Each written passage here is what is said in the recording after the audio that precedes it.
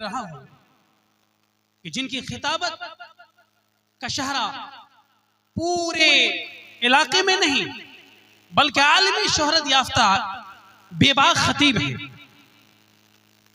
मैं हजरत वाला की आमद से पहले बारहा में कहूंगा कि जो आप इधर उधर घूम रहे हैं आप बैठ जाएं।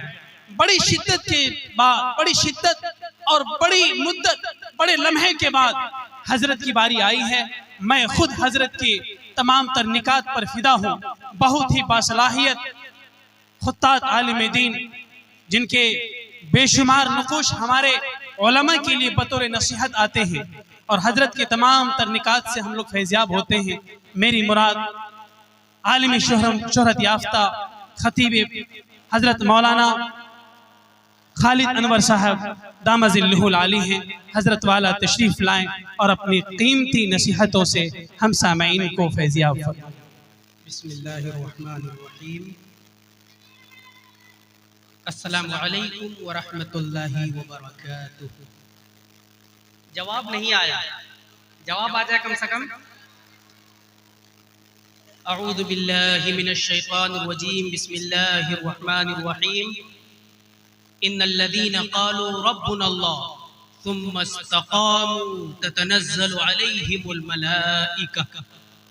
सदक़ल्लाहुल मौलाना अज़ीम।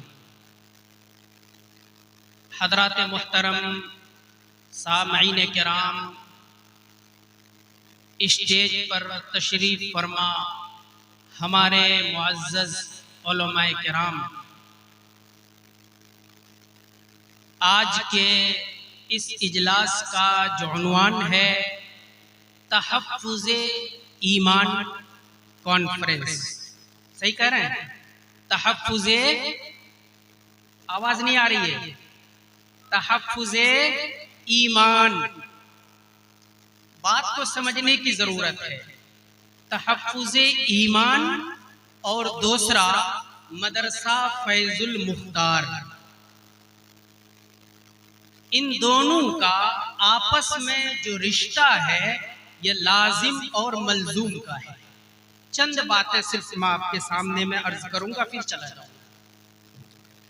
एक सहाबी रसूल हैं हजरत सुफियान बिन अब्दुल्लाह अत-तक़फ़ी रज़ियल्लाहु ताला अन्हु, बड़े जलीलुल क़द्र सहाबी रसूल हैं। नबी करीम सरकारे दो जहां सल्लल्लाहु अलैहि वसल्लम के पास आते हैं और कहते हैं, हुजूर मुझे कोई ऐसी बात बता दीजिए कि फिर किसी और से पूछने की जरूरत पेश न आए।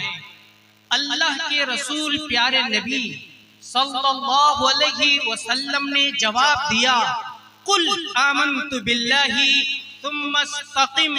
ये कह दो कि हमने अल्लाह पर ईमान लाया और उसके बाद मजबूती से जम जाओ। हजरत सुफियान बिन अब्दुल्लाह सक़फ़ी रज़ियल्लाहु ताला ने जब पूछा प्यारे नबी से, ताजदार बता से, इमामुल अंबिया सल्लल्लाहु अलैहि वसल्लम से कि कोई ऐसी बात बता दीजिए कि फिर किसी और से पूछने की जरूरत पेश न आए, तो मेरे नबी ने जो जवाब दिया वो जवाब ये था, कुल आमन्तु बिल्लाहि सुम्मा इस्तक़िम। ये कह दो कि हमने अल्लाह पर ईमान लाया और मजबूती से जम जाओ। इसका मतलब ये है कि अगर तुमने ये कह दिया अशहदु अल्ला इलाहा इल्लल्लाह व अशहदु अन्ना मुहम्मदन अब्दुहु व रसूलुहु, मैं गवाही देता हूँ कि अल्लाह के सिवा कोई दूसरा माबूद नहीं है और गवाही देता हूँ कि मोहम्मद मुस्तफ़ा सल्लल्लाहु अलैहि वसल्लम अल्लाह के रसूल हैं, आखिरी रसूल हैं। जब तुमने यह गवाही दे दी तो इस पर मजबूती से जम जाओ। हालात आएंगे, मसाइल आएंगे, परेशानियां आएंगी, लेकिन उन हालात में, सख्त थपेड़ों में, तूफानों में अपने दीन पर कायम रहना है, अपने ईमान पर कायम रहना है, अपने इस्लाम पर कायम रहना है और बड़े फखरिया अंदाज में ये कहना है कि हम मुसलमान हैं, हम मुसलमान हैं। तहफ़्फ़ुज़े ईमान कॉन्फ्रेंस का मकसद यही है। तो इंशाअल्लाह हम लोग करेंगे। एक सहाबी रसूल हैं हजरत खब्बाब बिन अल-अरत रज़ियल्लाहु ताला अन्हु, बड़े जलीलुल कद्र सहाबी रसूल हैं।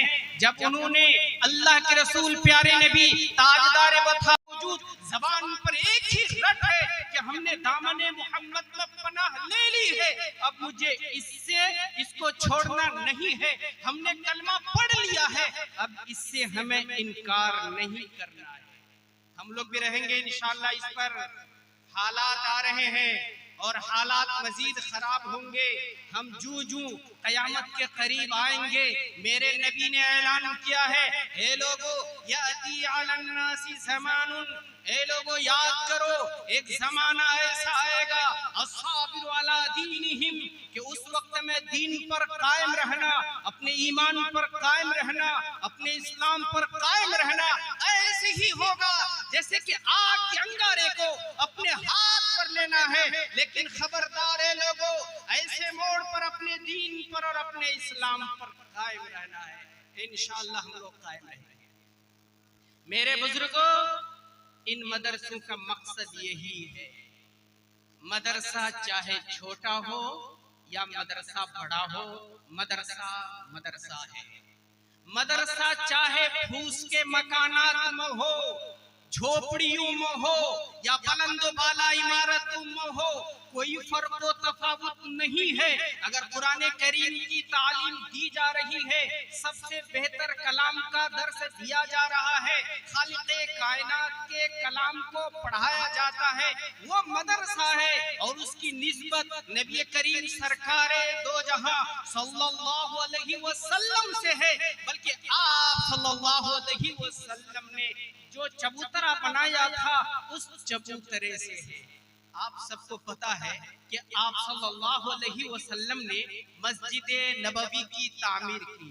हालांकि मस्जिद नबवी में नमाज पढ़ने का बड़ा सवाब है, मगर मस्जिद नबवी की तामीर के बाद जो लोग वहां पर गए हैं वो जानते हैं, वो देखे होंगे कि जब मस्जिद नबवी की तामीर से फारिग हुए तो आप सल्लल्लाहु अलैहि वसल्लम ने एक बड़ा सा चबूतरा बनाया उसके बाहर में, और उस चबूतरे की जो ऊंचाई थी उसकी ऊंचाई मस्जिद नबवी से बढ़कर के थी। और उस चबूतरे में क्या होता था, उस चबूतरे में बच्चों को कुरान का दर्स दिया जाता था, उस चबूतरे में पढ़ाने वाले बैठते थे, उस चबूतरे में पढ़ने वाले बैठते थे।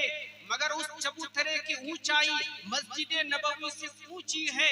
वो मस्जिद नबवी जहां पर नमाज पढ़ने का सवाब बहुत ज्यादा है, मगर उसके बावजूद चबूतरे को जो बनाया गया, यानी जहां पर कुरान का दर्स दिया जाता है, उसको बिल्कुल ऊंचे रखा गया, ये बतलाने के लिए, ये दर्स देने के लिए कि दुनिया वालों मदरसा हमेशा ऊंचा रहेगा। मदरसे में पढ़ाने वाले की फजीलत उससे ऊपर होगी, मदरसे में पढ़ने वाले की फजीलत उससे ऊपर होगी।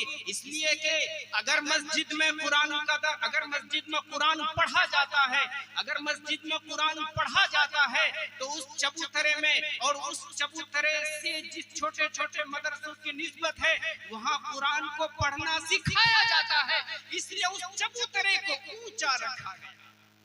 मेरे बुजुर्गों, तो इन मदरसों की निस्बत उसी चबूतरे से है। इसलिए मैं ये पैगाम देना चाहता हूँ कि लोगों, हालात अभी खराब नहीं हुए हैं, मजीद हालात खराब होंगे। ऐसे मोड़ पर आप तमाम लोगों की ये जिम्मेदारी है कि हम एक वक्त का खाएंगे, एक वक्त भूखा रहेंगे, लेकिन रब्बे जुल जलाल की कसम, अगर अपने आप को आबाद रखना है, अगर मस्जिदों को आबाद रखना है, अगर अपने आप को महफूज रखना है, तो इन मदरसों को आबाद रखना पड़ेगा और अपने पेट को काट करके इन मदरसों को सींचना पड़ेगा। हम लोग सींचेंगे इंशाअल्लाह।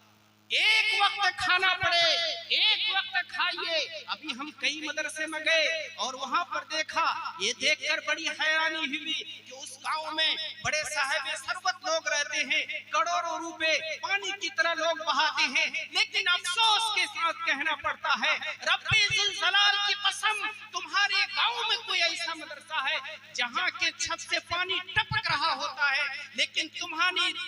ईमानी गैरत में जोश नहीं आया और तुमने उस छत को सुधारने का, उस शिप को ठीक करने के लिए तुमने नहीं सोचा। ये अफसोस की बात है। मेरे बुजुर्गों, याद रखिए, अगर अपने आप को बचाना है तो इन मदरसों को आबाद रखना पड़ेगा। हम कहाँ खड़े थे? उनदुल की तारीख को गौर कीजिए और अपने हिंदुस्तान की तारीख को आप पढ़िए। और जो लोग पढ़ना नहीं जानते हैं वो मुअर्रिखीन के पास आए और तारीख को पढ़ें या तारीख को सुने। 1857 की जंग आजादी में हम तो लुट चुके थे, हम तो बर्बाद हो चुके थे। हालात वैसे ही थे जो उनदुल में पेश आया था कि मुसलमानों की 650 साल की हुकूमत के बाद जब मुसलमानों की हुकूमत का खात्मा हुआ तो वहाँ एक भी इस्लाम का नाम लेने वाला नजर नहीं आया। लेकिन हिंदुस्तान में भी यही दौर आया कि मुसलमानों की हुकूमत थी, मगर मुसलमानों की हुकूमत का खात्मा हो गया। बड़े बड़े मदरसों को अस्तबल खाने में बदल दिया गया, उस पर बुलडोजर चला दिए गए और लंदन के पार्लियामेंट में ये पास हुआ कि अब हिंदुस्तान में जितने भी कुरान पढ़ने वाले हैं उन सबको हम मलियामेट कर देंगे, उन सबको खत्म कर देंगे। इसीलिए 1857 की जंग आजादी के बाद की तारीख को पढ़िए। एक एक दिन में 3-3 लाख कुरान करीम के नुस्खे जलाए गए। एक एक दिन में 14 हजार उलमाए किराम को फांसी के फंदे पर लटकाया गया। मगर उसके बावजूद 1857 की जंग आजादी के बावजूद अगर आज हम अपनी पूरी तहजीब और सकाफत के साथ हैं, अगर आज हमारे चेहरे पर दाढ़ी और सर में टोपी नजर आ रहा है, अगर आज ये मस्जिद आबाद है, रब्बे जुल जलाल की कसम, हमारे बुजुर्गों ने जो मदरसों की बुनियाद रखी है उन्हीं मदरसों की वजह से, तो इंशाअल्लाह हम लोग मदरसे को आबाद करेंगे इंशाअल्लाह। आज अफसोस होता है जब हमारे मदरसे में पढ़ने वाले तालिब इल्म जब